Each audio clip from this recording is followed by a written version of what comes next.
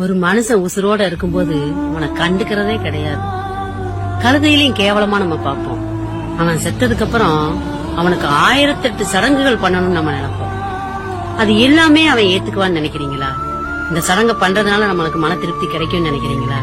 இல்ல தங்கம், எந்த உறவா இருந்தாலும் சரி சாமி, அவங்க உயிரோட இருக்கும்போது காசு பணம் கொடுத்து உதவணும்னு இல்ல தங்கம். காசு பணம் கொடுத்து தான் ஒருத்தரை நம்ம திருப்திப்படுத்தணும்னு கிடையாது. எவ்வளவு ஒரு கஷ்டத்துல இருந்தாலும் எவ்வளவு ஒரு துன்பத்துல இருந்தாலும் நீங்க ஆறுதலா 4 வார்த்தை பேசி பாருங்களேன். கொஞ்சம் அவங்க கிட்ட சிரிச்சு பேசி பாருங்க தங்கம். உண்மையிலேயே அது மாதிரி அவங்களுக்கு ஆறுதல் எதுவுமே கிடையாது தங்கம். இந்த உலகத்துல பணத்தால எல்லாத்தையுமே வாங்கிடலாம் நினைக்கிறாங்க. உண்மையிலே சொல்றேன், பணத்தால சில உறவை விலைக்கு வாங்கலாம்.